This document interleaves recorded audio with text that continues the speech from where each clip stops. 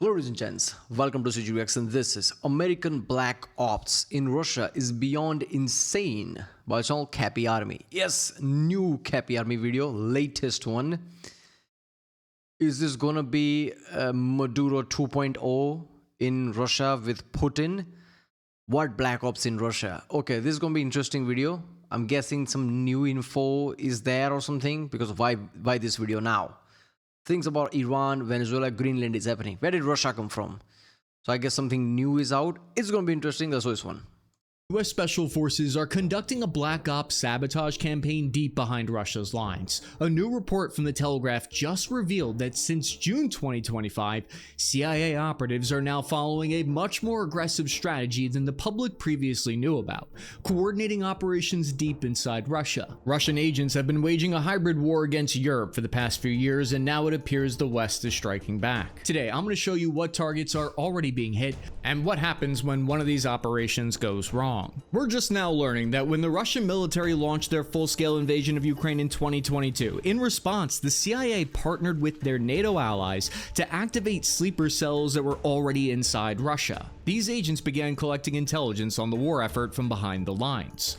According to authors Jack Murphy and Tim Weiner's reporting, the double agents had stashed explosives and weapons inside Russia more than a decade earlier after the collapse of the Soviet Union. Since the 1990s, early 2000s, the CIA's Moscow station had built up an elaborate stay-behind network of spies that we previously didn't know about. From Tim Weiner's great book, The Mission, the CIA's elite team of paramilitary officers, Brown Branch, trained these operatives at bases inside Germany and Poland before sending... Okay, you Americans, I don't know what to think of that.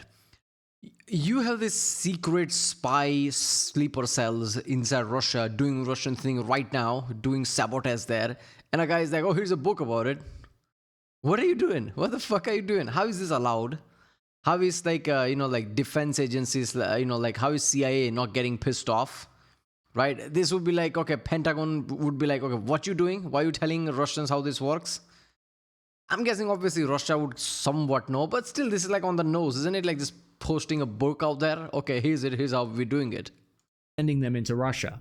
They were given the job of evading Russia's FSB Internal Security Service. These agents lived seemingly normal lives among the Russian populace thanks to elaborate cover stories and forged documents. We've long known about Russian sleeper agents inside the United States and inside Europe. The KGB has famously flipped some officers at the top level of the US intelligence community, and those have been given prison sentences for it. Oftentimes, the only reason we know about these Russian spies are because of the high-profile prisoner swaps. But what fascinates me about this is how we're learning about Western sleeper agents inside Russia for the first time. Within weeks of the invasion, mysterious explosions started happening. Yeah, nobody's surprised. Nobody's surprised about this. Everybody kind of knew, and this just confirms it. CIA sleeper agents in Russia. Yeah, seems about right. Inside Russia, there were fires and industrial quote-unquote accidents. Accidents according to local media, but these suspicious sabotage actions always plagued the Russian side and made their supply shortages even worse, curiously. Key rail bridges, fuel depots, and power plants all suspiciously got blown up early in the war. Since then, it's only doubled down. I've scoured Russian sources. What surprised me that how is Russia and Putin basically not point blank blaming USA and CIA and saying that they're already part of the war now, and I'm gonna attack USA or something, or just give a threat like that. I don't know, like, do Russia don't know that CIA is behind this? Or like, they, even if CIA is behind this, the Russia can't just claim that. I don't know what's happening there. Russian language media, from their state media to their millblogger accounts on Telegram for recent reports. These here, and here. These are different sabotage incidents that I found from 2025 to today. Russia has an entire roving patrol across the country that now searches for sabotage teams. And we know what can happen when these high-risk missions go awry. According to sources who spoke to Jack Murphy of the High Side, one time 2 separate sleeper cells compromised each other while casing the same target. They accidentally gave away each other's position, and a fierce firefight broke out with Russian authorities. It resulted in the death of one agent and the capture of another. And there were a few occasions where roads and railways were cut, and that blocked a separate team. Hold up there. So capture another. Can't they just interrogate him and basically put out like, we have evidence the CIA is literally blowing our own facilities in Russia or something like that. And the person who died, can't they just ID him? Like, oh, this is an American guy living in Russia. Trying to get to their target. The CIA was forced to create a deconfliction process to keep track of all these different teams and their targets inside Russia to avoid further incidents like this. But the best intelligence comes from, quote, the elite level teams that we have the best relationships with are almost always given air surveillance support for major sabotage ops.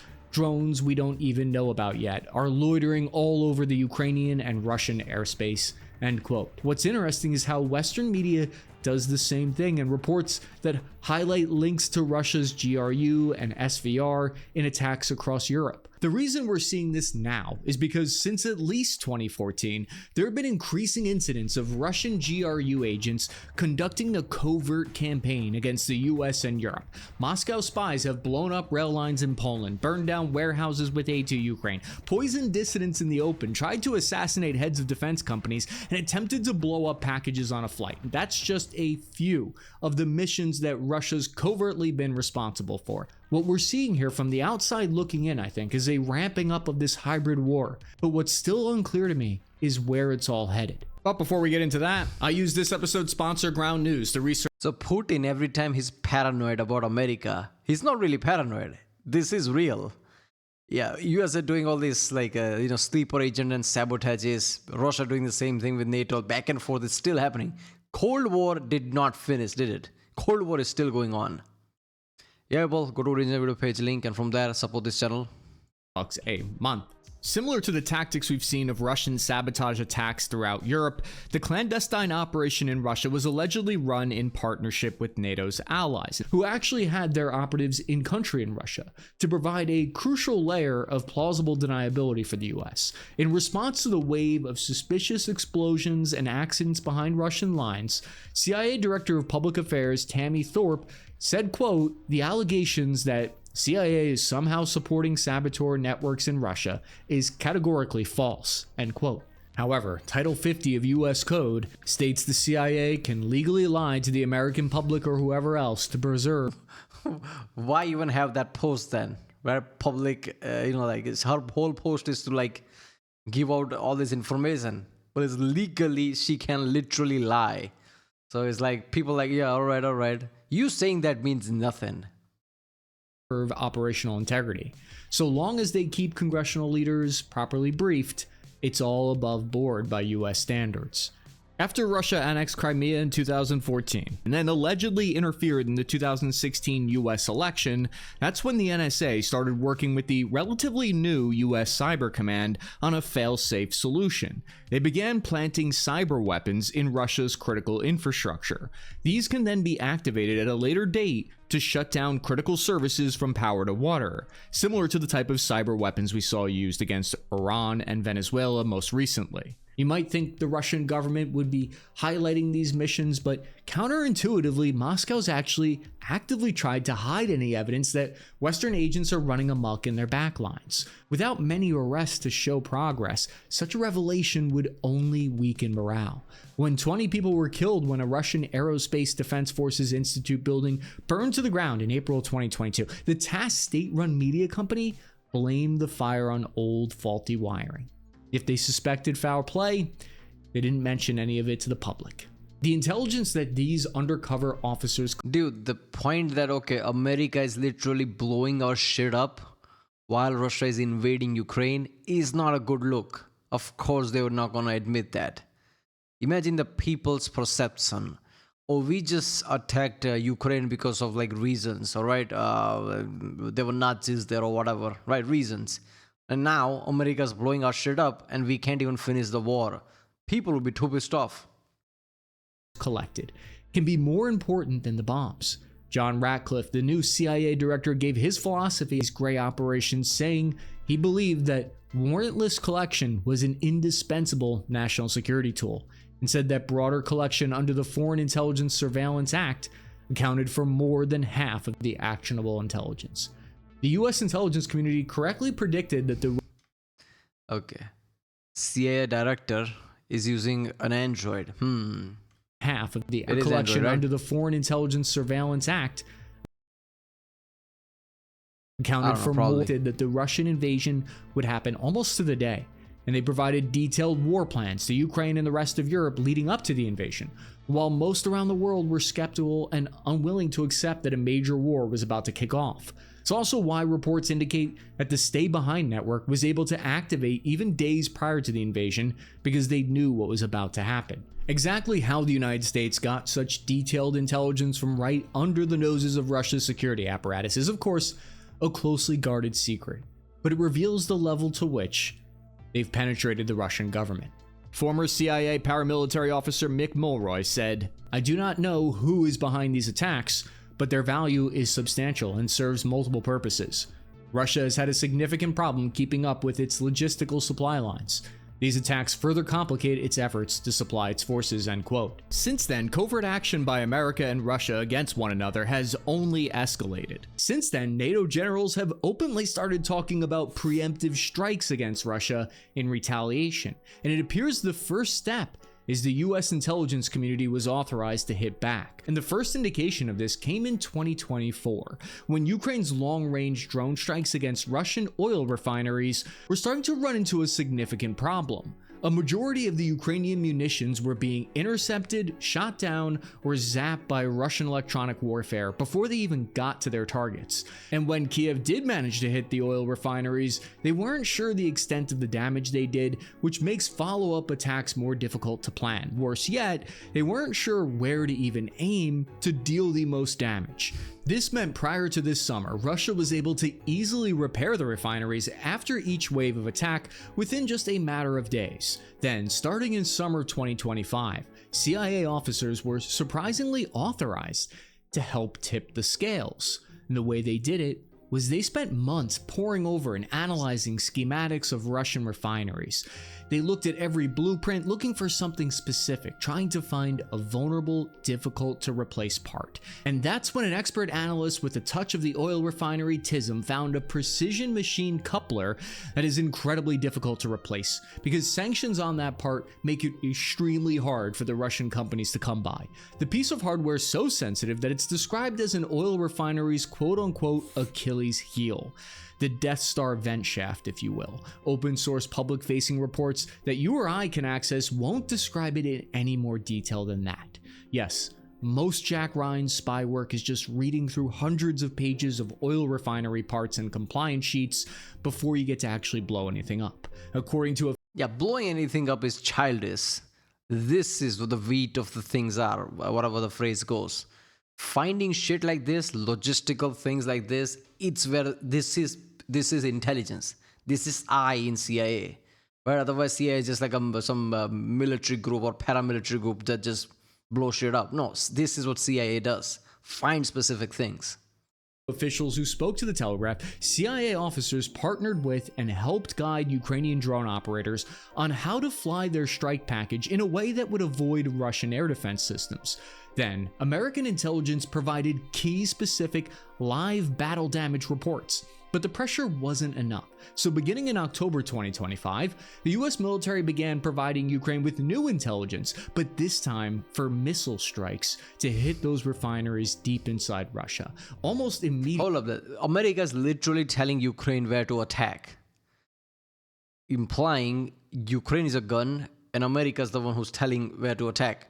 How is Putin not seeing this as an act of war, right? And which point Putin's like, oh, America's too involved. Right now, America's just like pointing. Slowly, America will just supply everything Ukraine, already supplying, but supply everything Ukraine has. Give them like most advanced weapon. Okay, might as well put the troops there because America's doing everything already. I'm surprised Putin didn't say like, oh, this might as well be act of war because this is America attacking us, not Ukraine. Immediately after this, we started seeing reports of precision UK-provided Storm Shadow missiles and other long-range munitions hitting Russian oil refineries in vulnerable locations. Repairs were quickly becoming more difficult to sustain. This is the unsexy side of modern warfare. It's spreadsheets generated from satellites that are more lethal than sending artillery sometimes. But every tit has its tat.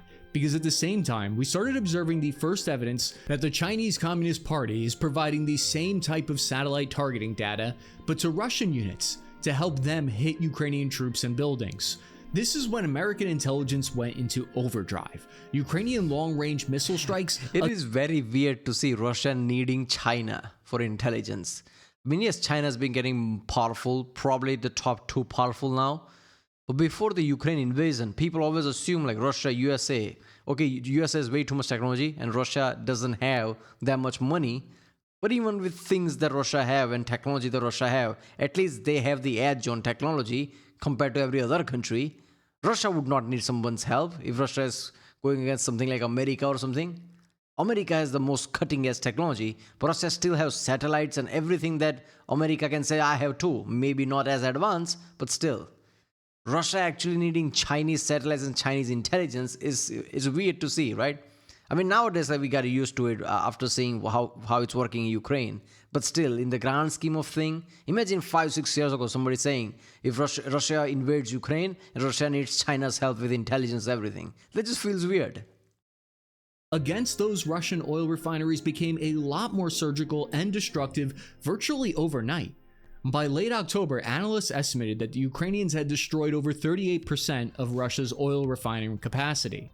This is why you started hearing in the news a bunch of reports about how there was suddenly a domestic fuel crisis inside Russia. It's still going on today, where you see Russians queuing up in long lines for gas. These combined actions of better weapons and queuing up in long lines. Whoa, a Chevy. I literally had this car 10-15 years ago. Or am I mistaken? No, this is the one. It's a Chevy, right? You are all calling it Lacetti, I think. In India, it was called Optra. For gas. These combined actions of better weapons and better American intelligence put Russian oil refineries out of action for months instead of just days. But no single operation is a silver bullet that will end the war. This is a high-pressure campaign that the US, Europe, Ukraine, Russia, and China appear to be playing against each other. What we know from US officials is that the US intelligence community has had intelligence drones over Ukraine, helping provide targeting data on Russian infantry position for years. But those attacks near the front line weren't having the kind of operational impact that was needed. According to new, widely available reports from Bloomberg and Reuters, this is just the tip of the iceberg. It gets much deeper than that, because starting in late November 2025, the White House started authorizing the CIA to share targeting information on Russia's sanctioned shadow fleet of oil tankers for the first time ever. This is the strategic logistics network that keeps Russia's war funding afloat. The head of the American intelligence agency, John Ratcliffe, said, quote, "We will collect intelligence, especially human intelligence, in every corner of the globe, no matter how dark or difficult," end quote. Ukraine was given precise locations and tracking intelligence on the fleet, a level of detail that only American Space Command is able to provide. What happened next is Ukrainian Sea Baby attack munitions were launched from small ships at sea. The quasi-autonomous torpedoes then hunted Russian oil tankers outside the Black Sea for the first time ever. In fact, 5 Shadow Fleet tankers have already been hit since 2025, and the US on top of that captured another 5 tankers, with Europe capturing 3 more. The crazy thing is, one Shadow Fleet tanker was even as far off as the West African coast, a level of power projection that we have never seen before. Why does all of this matter? For all the money that crosses over the seas every year, shipping companies are skittish beasts. The sudden threat has already resulted in causing one major shipping company in Turkey to cut their losses and stop working with Moscow altogether. This has an impact on the Kremlin's war funding. As a major oil and natural gas exporter, the reduction in refining capacity means dramatically reduced funding for the Russian government and military, as much as $24 billion a year in lost profits, according to US intelligence reports. But so far, these efforts have failed to cause the major crack, the operational destruction that they're looking for. Yeah, I'm about to say that all the shit like precision, American precision, that is damaging all the supply line of Russia's oil and gas, Shadow Fleet and everything, right? Damaging refinery. And it's still not doing enough damage to actually make Putin feel anything. So you hear about all these refineries being hit. I guess there are so many refineries that this few refineries being hit is nothing. Because clearly it's not working that much. What does that mean comes next? There is now a notable change in tone. Sharing all this new information with Ukraine represents a major shift in US strategy that we're seeing. Because before mid-2025, the US government actually discouraged Ukraine from damaging Russia's oil infrastructure, so it wouldn't disrupt the world's oil markets too much. Insiders told The Telegraph that the US government was growing frustrated. Yeah. When India was buying a lot of like certain type of oil, crude oil, which was not sanctioned, if anything, American and NATO and like European countries said actually that's good, so it doesn't create like a gas issue and gas and oil issue. Because if India stops buying from Russia, India has to buy from somewhere else, and now that creates a whole inflation. Like more people are buying than the oil is available. But suddenly with recent events like past year or something, Trump's like, no, India can't buy it and I'm going to sanction you. It's suddenly 180. So things are changing how US and CIA is thinking, right? Before it was fine, now it's like, oh no, nothing's fine. At Putin's repeated bait and switch tactics during ceasefire negotiations throughout the past year. They got the vibe that Putin was uninterested in ending the war. And according to their thinking, if enough damage is able to be inflicted on Russia's oil industry, it would force the Russian side to come to the table in good faith. Whether that was the... See, the problem with that is if you do enough damage to Russian oil refineries and Russia's money in general, when Russia's back against the wall, it's like, oh, enough shit is happening. Russia might just say Hail Mary attempt and attack American oil resources in American fields and American industries. Obviously, that might cause war, but Russia is already at the edge and they might justify that. Like, fuck it, we'll see about it. So in the end, America directly gets involved in the war or America gets damaged. This was the issue before. Like, should we directly get involved with Russia? And now America is getting directly involved with Russia. Who knows where that's going to go? Actual reasoning or not, coordinated Ukrainian missile strikes is just the tip of the iceberg. The major shift has a name attached to it. John Ratcliffe. Ratcliffe is the new head of the CIA, arguably the most ruthless and top intelligence agency in the world. Surprisingly, he's not your traditional CIA director because he's a former federal prosecutor instead of a career case officer. He came into the job with a very clear belief about how intelligence works and who it's for. And in his words, intelligence is about more than just warning policymakers after the fact. He's gone on record saying it should be used to shape the battlefield before the first shot is fired. Yeah. This shift in philosophy explains the new approach that we're seeing. In public remarks during congressional testimony, that is basically Cold War CIA. There's a reason why CIA is seen as this dreamy eye, like a sexy thing in Hollywood. Because it kind of is. Before even war starts, CIA is involved. CIA shapes a lot of things. Intelligence is the most crucial thing there is. And I thought that is how CIA worked anyway. I didn't know they changed that mentality. But this guy's basically saying like, yeah, we're going back to that shit. He's gone on record saying, quote, Russia is the single greatest threat to U.S. national security short of nuclear war.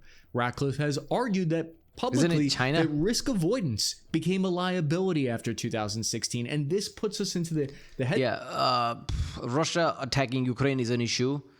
Or is Russia really a threat with anything else when it comes to US? Because Russia does business very like conservatively. Russia and US has this Cold War type rivalry with resources and like everything basically. Wherever there is a US is involved, in opposite side Russia is involved type of way.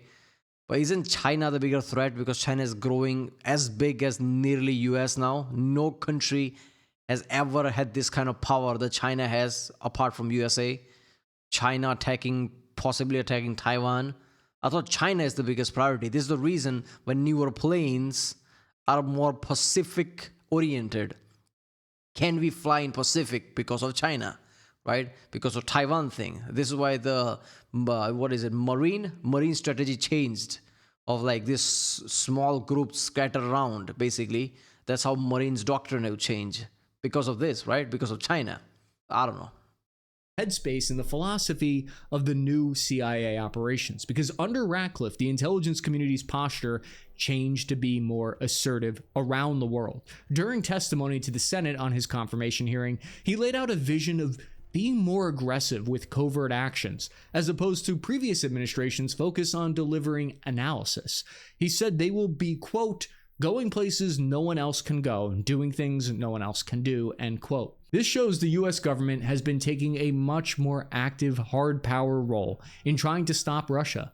Taken together, these operations show that the United States has moved from deterrence to active disruption, quietly striking the systems that keep Russia's war machine alive. But once great powers start sabotaging each other's economies, history shows it rarely stays covert for long.